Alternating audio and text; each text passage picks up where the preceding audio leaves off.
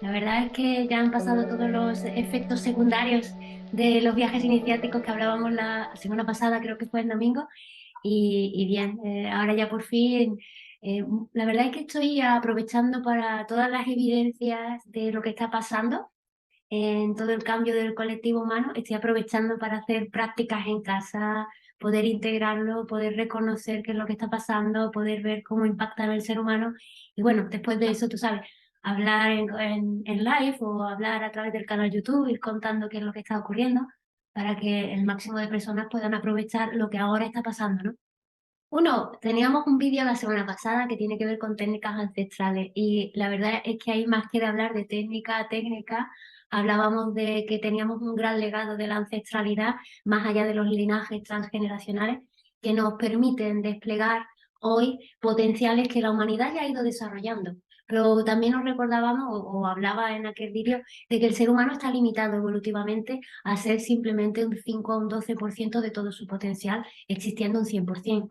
Entonces, ocurre que no estamos abriéndonos a recibir todo lo que las humanidades han ido desarrollando y nos basamos en lo que las humanidades han ido desarrollando en hacer simplemente un taller o un curso. Y es mucho más que eso. El desarrollo evolutivo de las especies nos ha dejado un legado maravilloso, pero nos estamos limitando a ser apenas un 5% de nuestro potencial porque queremos encajar en patrones y modelos cognitivos conductuales que nos están impidiendo ser más allá de lo que el modelo impositivo, social, cultural, familiar nos está de alguna forma domesticando para ser.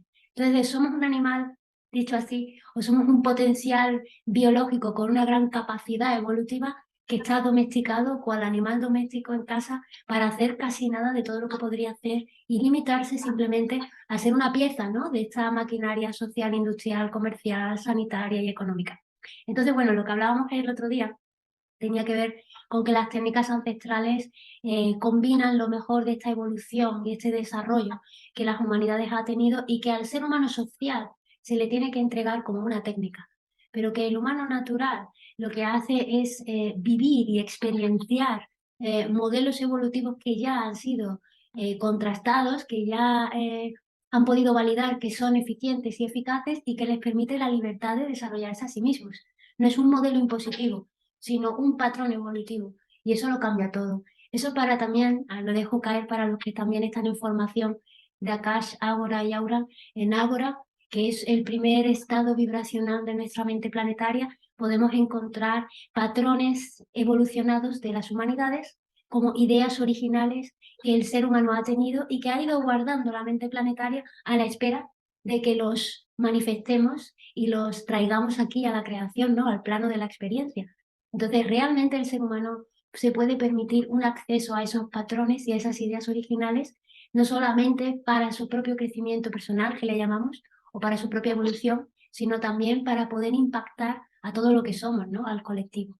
Entonces, bien, por ahí para empezar hablábamos de la semana pasada de esas técnicas milenarias, ¿no?, que el humano social necesita que se llame técnica, cuando en realidad estamos hablando de un legado ancestral que nos permite de varias formas, ¿no? Por un lado está el conectar con la mente planetaria, salir de los patrones de frecuencias para entrar en patrones vibracionales naturales, que hace que de forma natural uno conecte con esa información que nos es dada, que nos es natural, que es libre y que está hecha para nuestra evolución.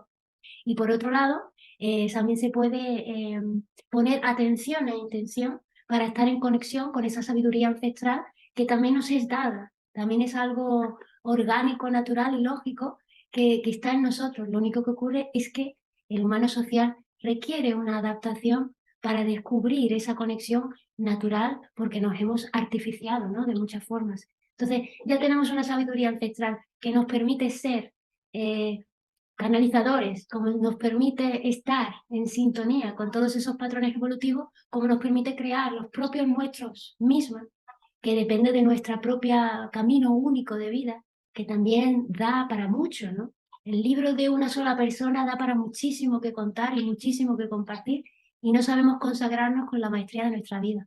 Y eso es algo que, por ejemplo, en formaciones que tengo en este momento, que doy en la red de conciencia, ofrezco a través de Ágora, ¿no?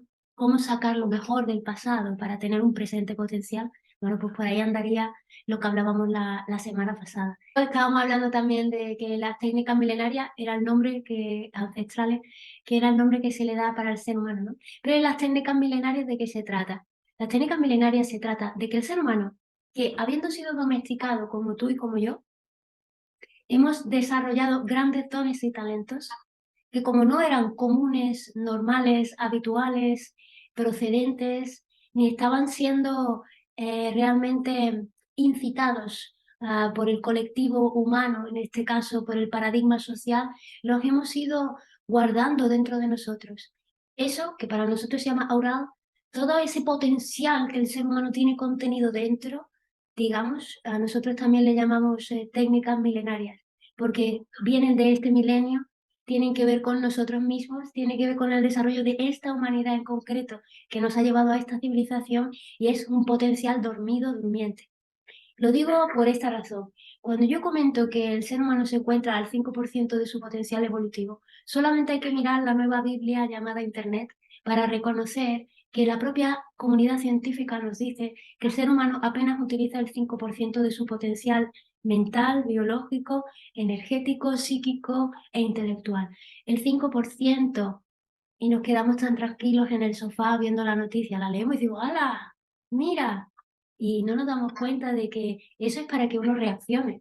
¿Cómo es posible que sabiendo ya el humano datar y consensuar que existe un 100%, cómo nos podemos quedar tan tranquilos de que solo estemos utilizando el 5%?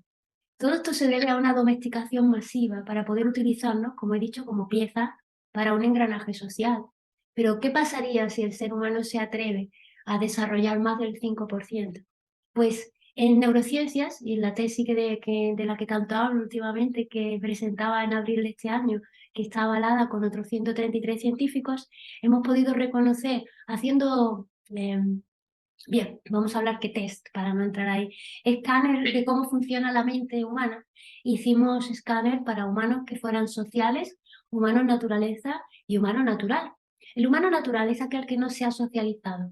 Pensamos que el humano natural que no se ha socializado directamente vive en una tribu indígena, que también, y que cuenta con lo justo para vivir y que tal y que cual, y que debería algún día socializarse para que todos ellos puedan ser una evolución o puedan estar en ese primer mundo, ¿no?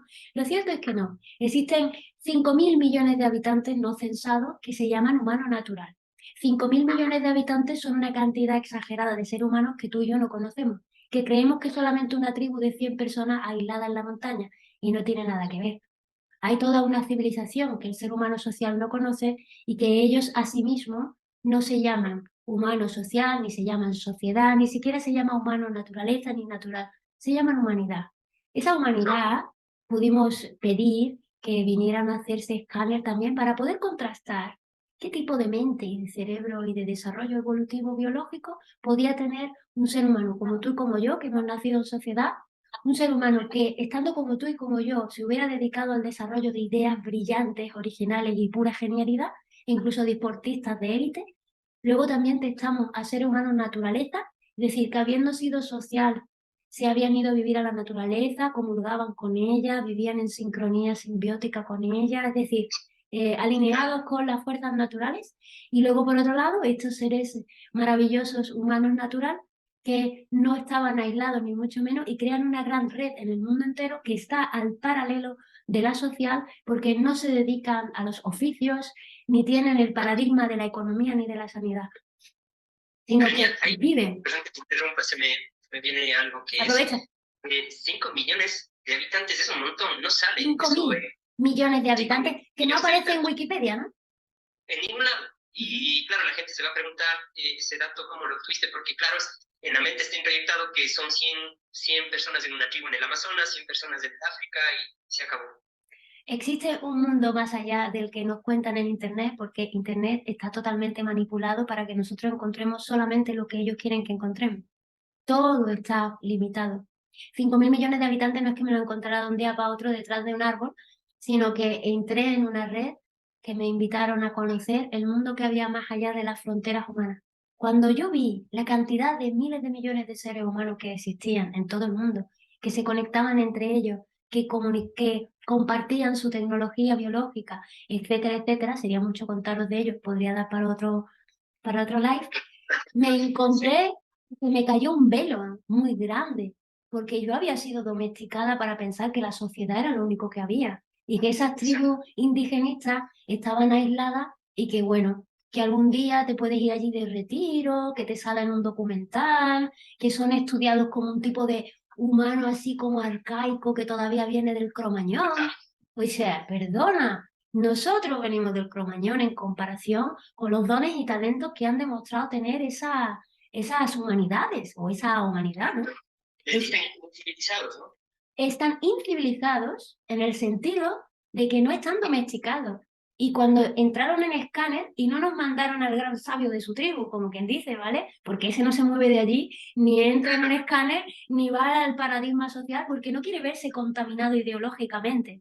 Y Claro, se cuidan bastante bien, ya hablaríamos de eso. no, no te le Pero buscan un pasaporte ni una visa. no, ni quiere tomar un medio de transporte, ni quiere tomar nada. Entonces, bueno, sí pude tomar algunos de sus hijos, sí estaban entre dos mundos, es decir, sí podían ir a sociedad y volvían a su mundo tranquilamente, sin ningún miedo a ello. Ahora bien, no estudiaban en la universidad, no se relacionaban con mujeres ni hombres en el sentido de parental, de pareja, y no comían la comida del ser humano social, porque todo es pensamiento, y el pensamiento transforma tu mente. Aquello que comes es lo que eres, aquello que piensas es lo que eres y aquello que haces es lo que eres. Entonces ellos cuidan mucho de no cambiar su idiosincrasia, siendo una ideología que les permite estar en continuo desarrollo. Los dones y talentos que yo pude experimentar allí me parecieron tan sobrenaturales que yo me lamenté mucho de haber nacido en sociedad, debo decir. Pero bueno, lo que pude hacer con todo ello es pedirles el favor a algunos de esos seres humanos maravillosos para poder hacerles un escáner y poder comparar todos esos tipos de escáner y poder comprobar de dónde venía ese 5% que nos estaba limitando como humanidad. Descubrí que el ser humano social, a menos de que te parezca una locura, había seres humanos que tenían un 3% y había seres No, humanos sociales que tenían hasta un 6 y el 6 ya era una persona bastante talentosa, es decir, con un desarrollo intelectual talentoso. Me encontré en algún genio que otro, tipo genialidad, me encontré un 8% de desarrollo. Pero en el humano naturaleza, no teniendo tanta carrera universitaria, no teniendo el estrés del humano social y no sintiéndose un peón de esta macroindustria social, sino viviendo en la naturaleza con su sí, su autovivencia en el sentido de crear su propia abundancia y aprovechar la abundancia natural para vivir en sincronía. Sí, claro, casa, sí, claro, comprada, sí, claro, con gobernación de por medio, ¿no? Pero claro. habiéndose salido de sociedad y habiendo creado un modo de vida autosustentable. Esas personas estaban en un 8 o 9 y no tenían universidad, no tenían ninguna genialidad, eran artistas. Y entonces luego me fui al humano natural. Y el humano natural me encontré que estaba entre el 9 más bien 8 y medio, hasta el 13 que llegué a encontrar. Y era gente joven, que no le había hecho falta. Y yo me imaginé, si ese chico joven tiene un 13%, ¿qué no tendrá su padre? ¿Qué no tendrá el abuelo? Me encontré personas con 115 años y 120 años que yo creía que tenían 90, 80.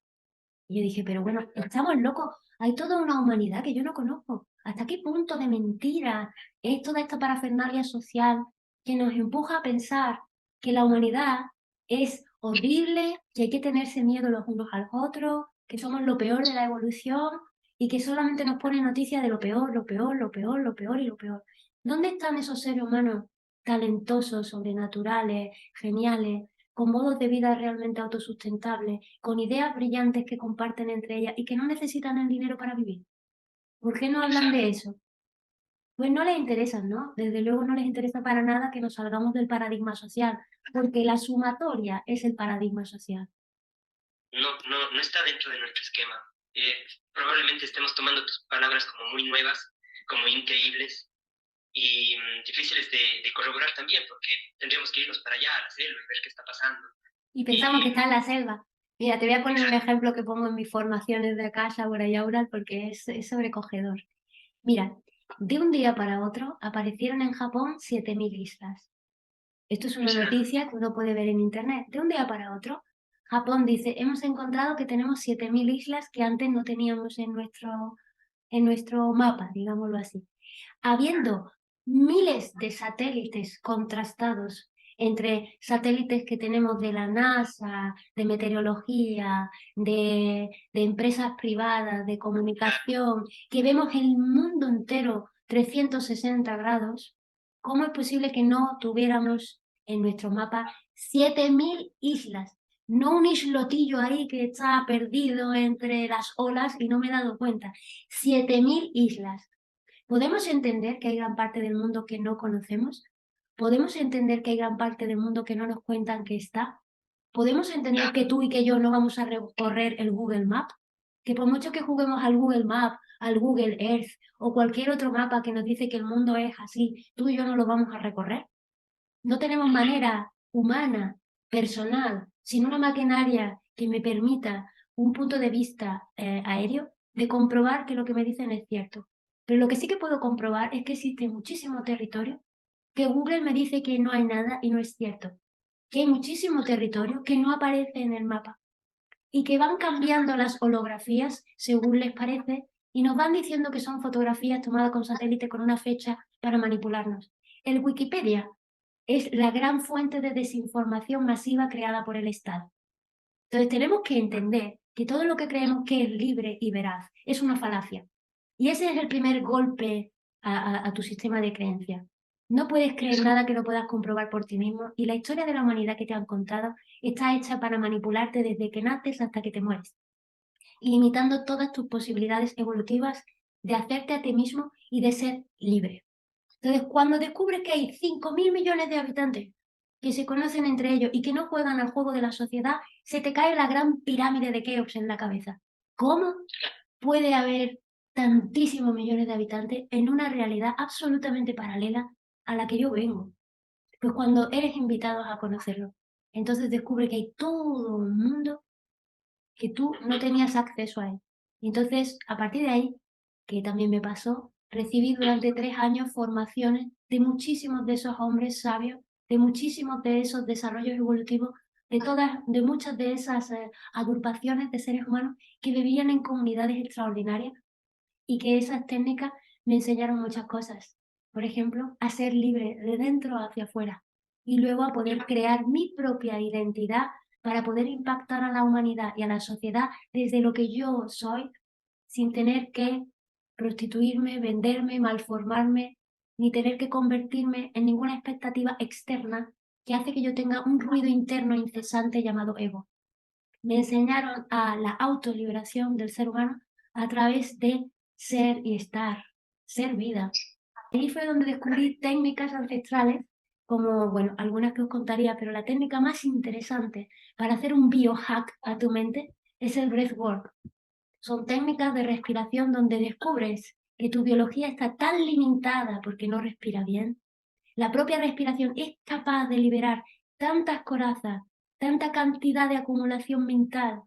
Puede decir tantas cosas solo la respiración que yo me quedé sobrecogida de que solo aprender técnicas de respiración pudiera cambiar toda mi realidad. Esa fue como sobrecogedor. Solo esto, que bueno, eres un humano social naturalizándose. Para nosotros no existen las técnicas, ya vivimos continuamente en desarrollos evolutivos.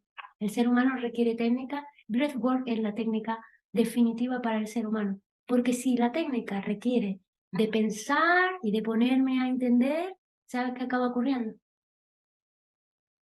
Que el ego se monta su historia. El ego se monta su historia, lo interpreta, lo hace suyo, luego voy y me monto un curso de eso que yo he aprendido y se lo cuento a otro mal, y al final se convierte luego, en el peor de los casos, en un sistema piramidal americano de algún tipo de patente, de técnica que te va a cambiar la vida tipo Mesías, ¿no? Y no va a pasar. Entonces yo dije, lo más simple es lo más eficaz. Sí, es como, bien, yo cuando me formé como profesora de yoga hatha, también aprendí 4 respiraciones, 4 pranayamas que me servían en una parte de la secuencia que se aprende en el yoga, como una parte para la liberación del peso en tu mente y poder entrar realmente en la calma mental, que te da luego la clarividencia, no solamente para estar en presencia mientras que te desarrollas en tu práctica, ¿no? Sino también cuando llegas al final de la práctica, que es la parte más importante del yoga y nadie sabe, es la meditación al final. La meditación del final, toda la preparación del yoga te lleva a ese momento de meditación donde realmente puede surgir una conexión entre tú y el todo, entre el yo soy y el somos, y entre lo que tú creías que eras y en convertirte en vida misma potencial. Eso es para lo que te prepara el yoga. La mayoría va al yoga para hacer pilates, ¿no? La mayoría va al yoga para hacer gimnasia. Entonces, imagínate, si ya estamos contando mal el yoga, ¿cómo no estaremos contando de mal la respiración, ¿no? Sin embargo, el breathwork que yo aprendí 13 técnicas de respiración sobrenaturales. Lo cierto es que la formación que yo doy solo enseño 7, porque las otras son un nivel. Bien, uno tiene que tener una mente ya estable, preparada para poder manejarse con ellas. Los otros 7 son una preparación interna hacia estados elevados de conciencia. Te permite trascender la psiquis y la mente inferior, que es la mente en la que normalmente nos movemos socialmente, que tiene que ver con la memoria histórica, con los patrones que tengo personales de vida, patrones cognitivos conductuales, está mi sistema de creencias y está todos los personajes que yo creo que soy. Eso es psiquis e inferior. Entonces, las respiraciones, las más elementales, me permite trascender esa mente, refinarla y convertirla en una mente realmente eficiente, con espacio para volver a crear y tejer nuevas redes neuronales, solo respirando.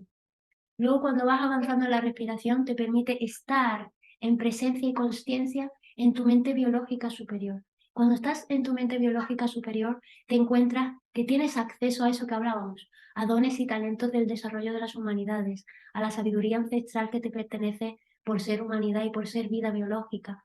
Y además te permite un nuevo espacio donde crear tu propia genialidad, porque tú eres un ser humano extraordinario, único en el universo, en el planeta y en tu tierra, si lo quieres ver así. Y eso es solo llegando a través del breathwork a esa respiración. Y luego hay una respiración que es un bioshock muy fuerte, que se llama el rebirthing, que nos permite hacer realmente un biohack muy fuerte. Yo me gusta también llamarlo la muerte del ego, porque el ego no deja de ser un ente parasitario que se crea dentro de nos por la falta de libertad absoluta que tenemos de ser. Y el ego es el que se mueve entre toda esa información de la psiquis, la memoria, lo que yo creo que tengo que ser, lo externo y lo interno.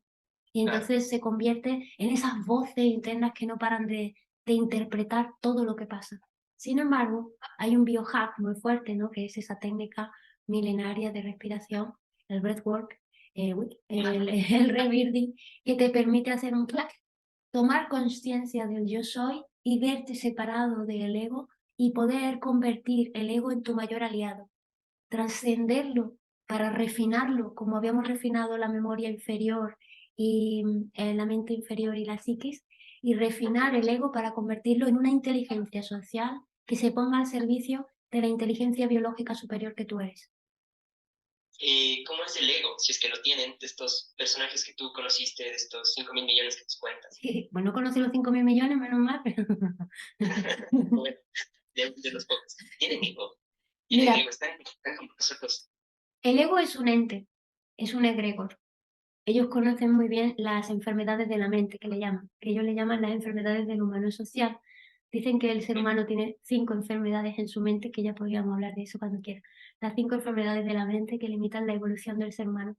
Entonces, bien, ellos reconocen lo que es un ego y un egregor, que es de la sumatoria de un conjunto de ideas, se crea una entidad que se mueve en base a todas esas ideas y pensamientos, memoria, patrones y creencias.